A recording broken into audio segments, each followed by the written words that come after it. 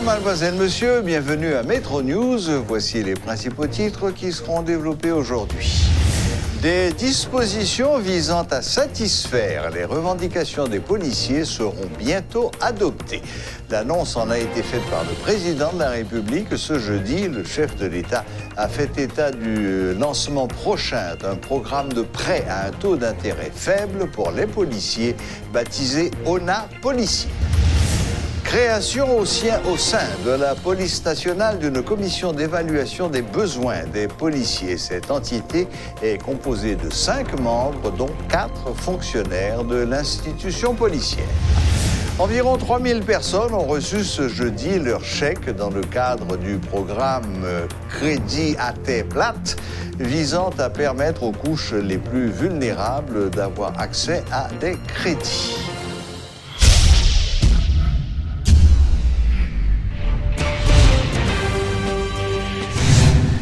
Le chef de l'État annonce des dispositions visant à satisfaire les revendications des policiers.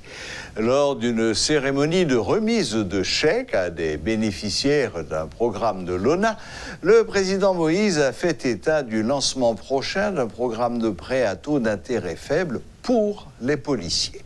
Le programme, dénommé ONA Policier, sera financé à 6% par l'État et le policier. Le président Moïse a également annoncé qu'un programme de construction de logements pour 600 policiers sera bientôt mis en œuvre par l'entreprise publique de promotion des logements sociaux EPPLS. De plus, il annonce une hausse des fonds alloués sur les cartes de débit et promet que les frais pour les déplacements en mission seront désormais versés sur la carte. Le président Moïse révèle également qu'une cellule de crise a été constituée en vue de formuler des propositions pour répondre aux revendications des policiers. Cette entité a pour mission d'engager le dialogue avec les policiers, a expliqué M. Moïse. Un rapport sera soumis dans les 24 heures, a laissé entendre le chef de l'État. Il se dit sensible au bien-être des policiers, rappelant qu'il a effectué plusieurs visites dans différents commissariats. Il rappelle que le dortoir du commissariat de Carrefour a été réparé après une visite des lieux. Au mouvement qui commençait, mouvement ça, d'un coup ça moi qui passé lundi, ni ça qui passé hier, moi pas voulu quoi. Et je ne suis pas d'accord que ça mourir, c'est les policiers qui font. Moi, je ne sais pas quoi ça. Et c'est pour ça que je me dis toujours, là, il y a des bagages comme ça qui passent. L'autorité, seul choix que gagner, c'est de mettre à l'écoute pour apporter des solutions. Parce que l'article 136 Constitution, qui donne droit, ça qui dit que c'est garant bonne marche institution, il faut veiller à bonne marche institution. Dans le niveau police nationale, il y a une institution prestigieuse, il y a une force qui est là pour protéger le peuple à cette ville, il y a un problème. Et bien, s'il y a un problème, il faut qu'il y ait une solution de côté. Et c'est pour ça, pressé, il y a une cellule de crise qui est créée à l'intérieur de la police nationale là-même. Pour que le dialogue là, parce que ce n'est pas possible pour le monde, pas qu'à parler l'un avec l'autre. Et nous connaissons les maps depuis que nous commençons pour vivre aujourd'hui. Dans le niveau police nationale là, moi je crois qu'il y a un gros problème. Un gros problème de communication côté base là, pas communiquer mi-temps, pas communiquer en l'air. Ça veut dire fort communication, chita prend place en dans l'institution, ça. Exigence que liée, et c'est ça qu'on va faire. Cellule de crise à former, et m'bayo 24 heures pour porter au moins une liste clairement établie sur ça qui vient pour faire, ça que l'État doit faire, qu'il y a des bagailles qui viennent dans les oreilles déjà. Donc, policiers qui ont gardé blanc. Moi, je connais. Moi, je pour une grosse décision. Et je connais que c'est le crise qui a formé la décision, ça, il va l'entériner parce que le directeur qui là, depuis 1 an, nous voulons monter un programme qui est ONA policier, qui pourrait permettre que les policiers qui veulent, il n'est pas obligatoire, que l'État, mais malheureusement, nous n'avons jamais un gouvernement, nous n'avons jamais un budget, pour nous mettre comme pour l'État payer 6% pour les policiers, parce que les policiers, à cause du statut, il n'y a pas des assurés de l'ONA, et eux même qui veulent, ils vont venir, ils payer 6%. Et après, nous finissons joindre rapport cellule de prison.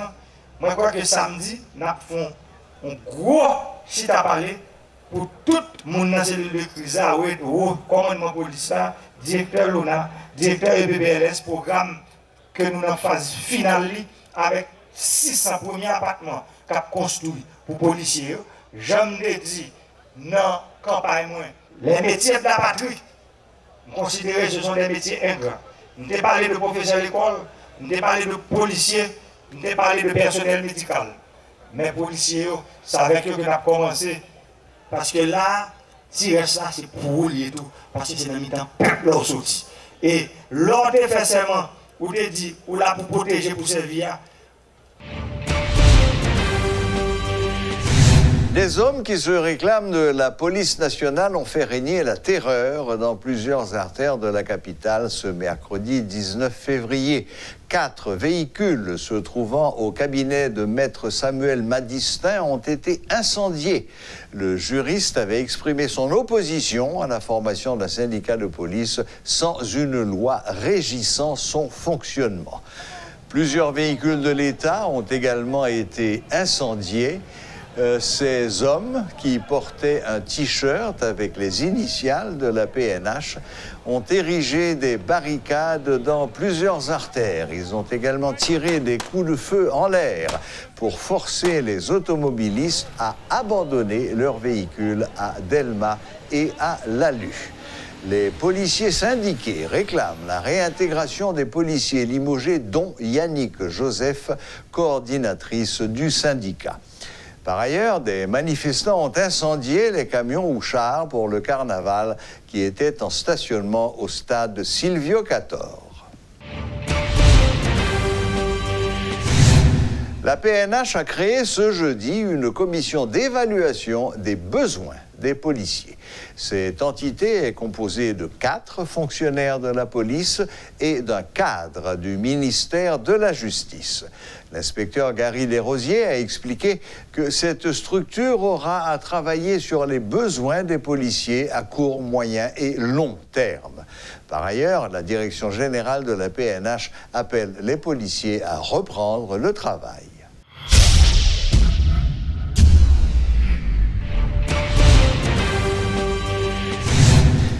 Notre invité de ce soir est M. Jean-Marie Hardy-Pierre. Il a une double casquette, je pourrais dire. D'un côté, enseignant presque à la retraite, m'a-t-il fait savoir, et surtout d'un autre côté, syndicaliste. Il a milité comme syndicaliste toute sa vie. Il a travaillé avec l'Organisation internationale du travail et d'autres organismes internationaux. C'est un domaine qu'il connaît bien. Maintenant, ce qui se passe aujourd'hui au sein de la police, et même au-delà, dans la population, il y a toutes sortes de confusions et j'ai l'impression que les gens ne s'y retrouvent pas trop entre les revendications des policiers en ce qui concerne leur salaire, les conditions de travail, etc. et le droit ou non de former un syndicat. On mélange un petit peu tout et la conséquence de cela, c'est que Madame Yannick Joseph est devenue une vedette dans le pays du jour au lendemain, car elle a été celle qui a voulu tenir tête. Ça lui a coûté sa place, ainsi que 4 autres de ses camarades. Monsieur Hardy-Pierre, bienvenue sur le plateau de Metro News et merci d'être venu jusqu'à nous ce soir. Merci Serge, bonsoir. D'accord. Donc c'est un honneur pour moi. Je reprends du service après une longue maladie. Ah. Et c'est avec une certaine timidité que je prends la parole parce que l'heure est à la parole, même quand cette parole vient un peu trop tard.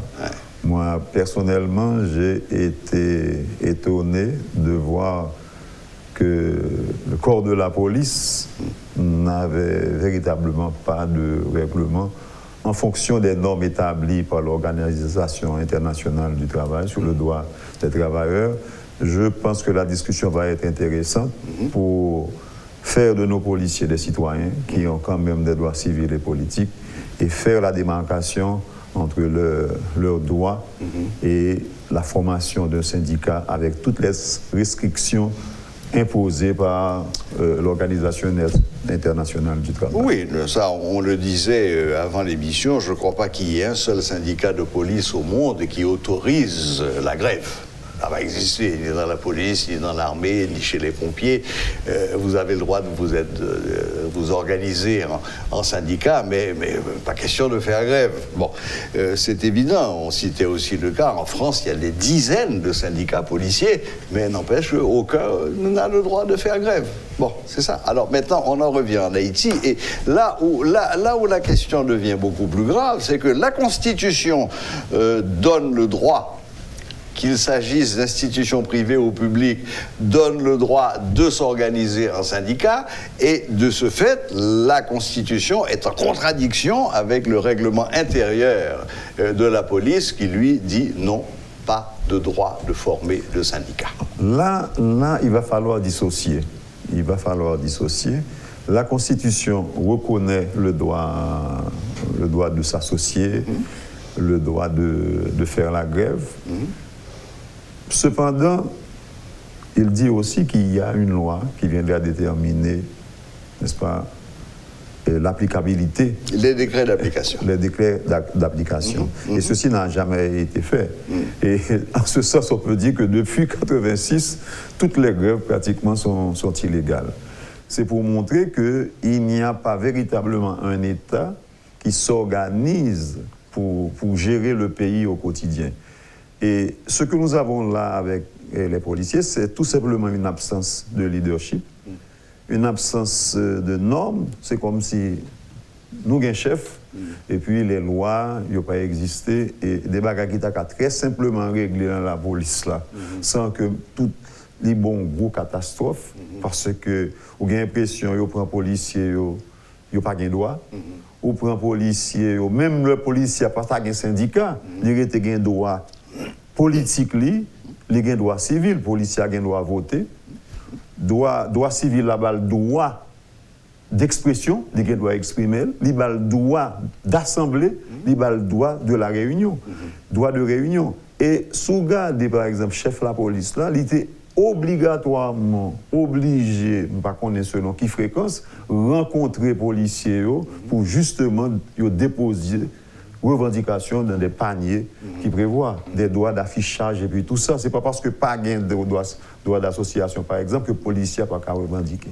Oui, d'ailleurs, Tabdim, avant que l'interview a commencé, que s'il y avait vraiment eu un leadership, l'affaire Yannick Joseph n'aurait jamais dû prendre cette extension.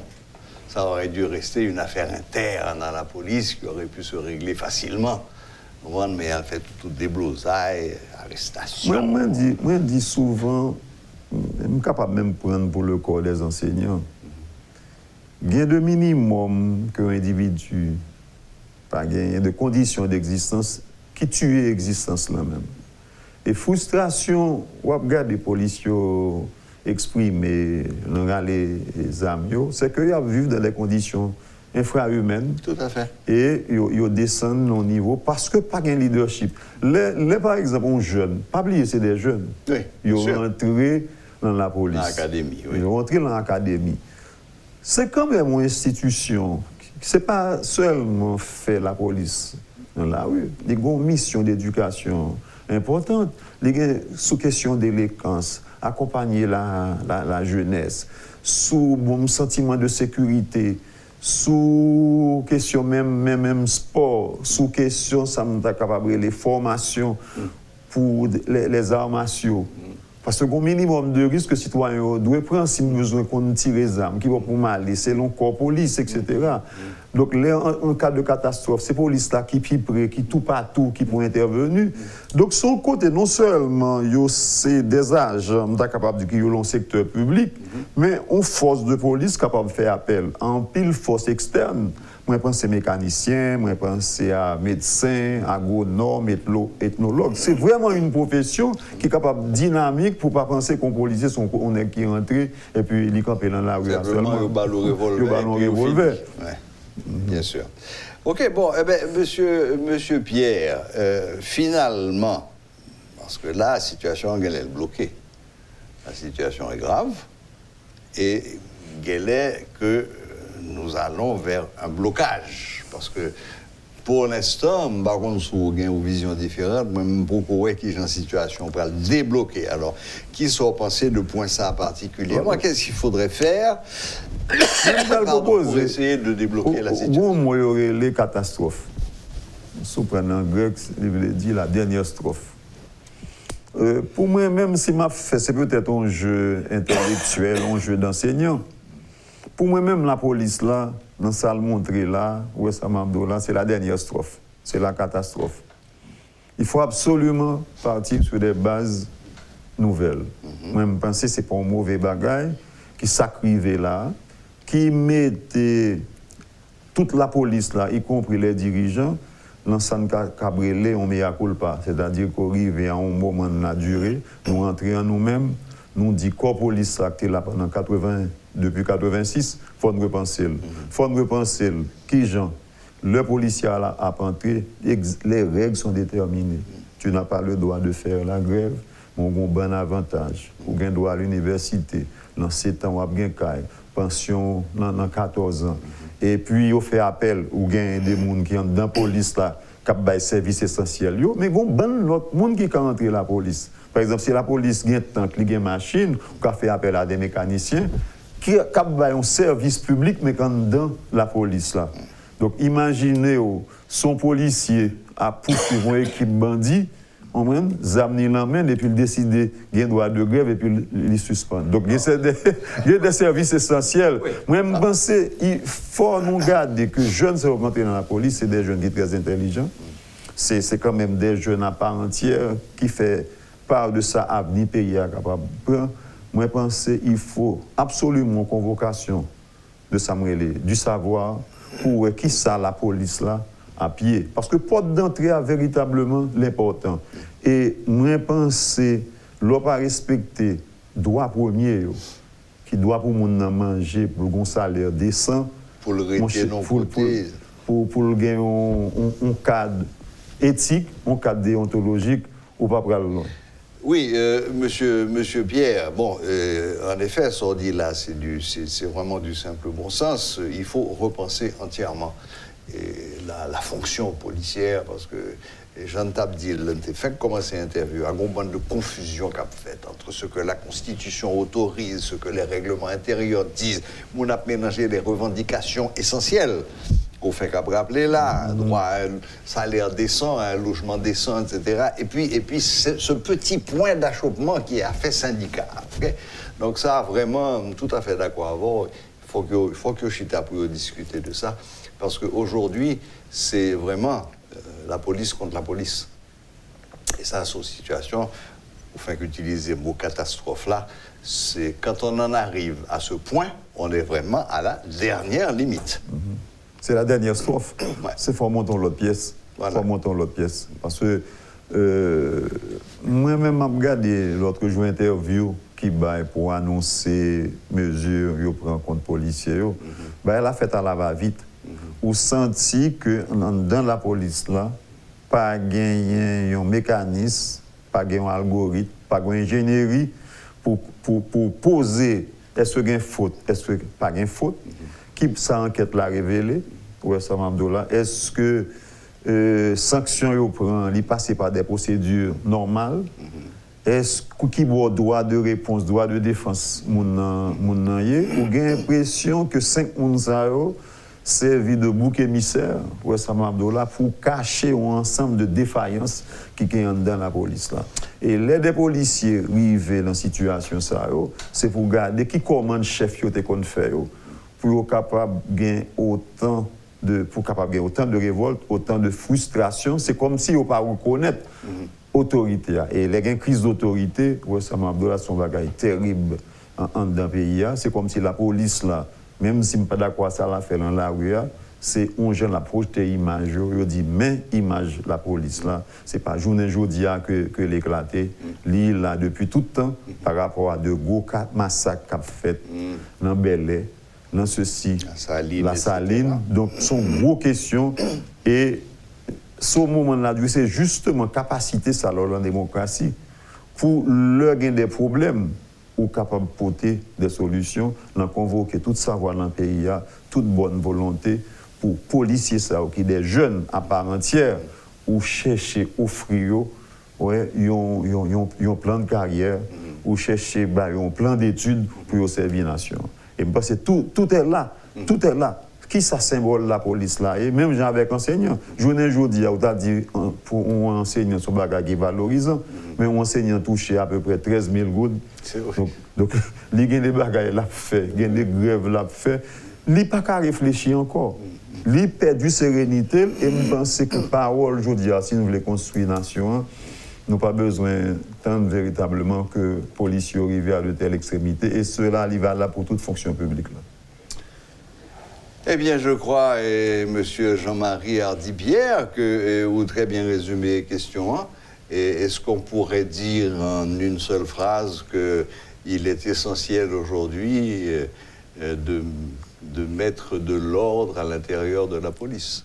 De mettre de l'ordre à l'intérieur de la police, c'est rappeler aux policiers qu'ils ont des droits politiques et des droits civils.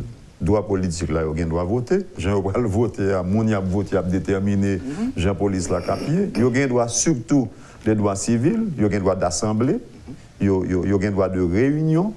Et ça obligeait la police là, un côté pour assembler ça au fait, réunir pour autant des revendications en attendant que arrive à un syndicat que vous voulez faire avec toute limitation que l'Organisation internationale du travail. Et qui sont valables pour toutes les polices du monde. Les polices du monde. D'ailleurs, vous avez dit avant ça que Haïti a signé toute une série de conventions internationales qui sont parfaitement claires sur ces questions-là. Par le fait que aussi une convention, ça automatiquement obligé de calibrer, ajuster la Constitution. Il n'y a pas qu'à mettre en avant la Constitution, c'est d'abord les conventions signées par Haïti et Haïti ratifié la Convention 87 de l'OIT. Merci infiniment, M. Pierre, d'être venu jusqu'à nous dans les studios de Metro News pour nous faire part de votre expérience de syndicaliste et de la vision que vous avez du problème auquel nous sommes confrontés aujourd'hui et de ce désordre à l'intérieur de la police. Il est temps de mettre de l'ordre dans la police car, comme vous l'avez très bien dit, c'est la catastrophe dans le sens grec du terme. Kata, dernier strophe. Dernière strophe. Il faut une autre pièce. Il faut fermer la page et tourner la page et commencer une nouvelle pièce. Voilà, c'était donc M. Jean-Marie Hardy-Pierre, enseignant et syndicaliste, qui nous donnait son sentiment sur la situation qui prévaut aujourd'hui au sein même de la police.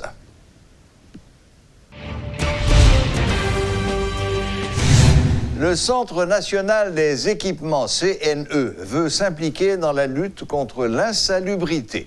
Pas moins de 20 camions et 2 backloaders ont été mis à la disposition des mairies de l'aire métropolitaine de Port-au-Prince. Par cette initiative, la commission chargée de restructurer et de renforcer le CNE entend participer à la réussite du carnaval national de cette année. L'occasion pour le président de la commission, Quinton Louis, de demander à tous ceux qui utilisent les matériels du CNE à des fins personnelles de les remettre sans tarder à l'institution. Faute de quoi, il se propose de rendre publique la liste de ces personnes. Parmi elles figurent les noms d'anciens parlementaires. Quantité de travail qui vient pour faire avec engin lourd, quantité de travail qui vient pour faire matériel CNE, pour les peuple haïtien, si vous regardez dans Port-au-Prince, problème curage, ok? Problème de nettoyage qui existait un peu partout, même à travers le pays. Et puis, vous gagnez un matériel qui était utile tout un peuple et puis, pour l'homme en particulier, pour la faire travail personnel. Ça pas normal. C'est pas normal du tout. C'est pas normal. Nous avons souhaité tout le monde qui a matériel CNE dans la main, pour ne pas quitter ces CNE avec la police qui vient prendre, c'est eux-mêmes qui peuvent le venir. Nous avons une vingtaine de camions et puis nous avons 2 loaders. Quantité matériel ça yo entré directement dans le cadre de partenariat qui existait entre les institutions étatiques visant à renforcer l'État, dans ça qui gagne à propreté qui doit être faite dans la zone métropolitaine, spécialement dans la commune de Port-au-Prince. Surtout aujourd'hui, nous avons un contexte carnavalesque, côté que la population a préparé pour la défouler, côté que la population a préparé pour l'amuser. Ce n'est pas normal pour que Port-au-Prince soit sale. Ce n'est pas normal pour que Port-au-Prince gagne des débris qui obstruaient la circulation. Et CNE, en tant que Centre national d'équipement, nous gagnons des engins lourds, nous mettons à disposition Mério, nous mettons à disposition SNGRS pour que nous soyons capables de travailler pour la population.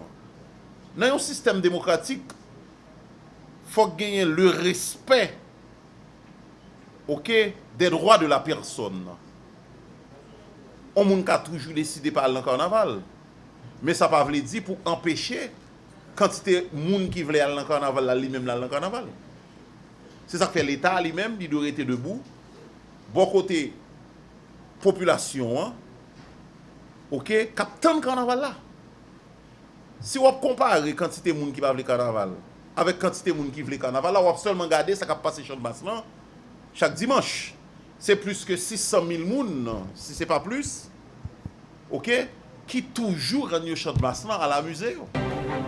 Voilà, la boucle est bouclée. Merci de nous rester fidèles et à la prochaine, même heure, même chaîne.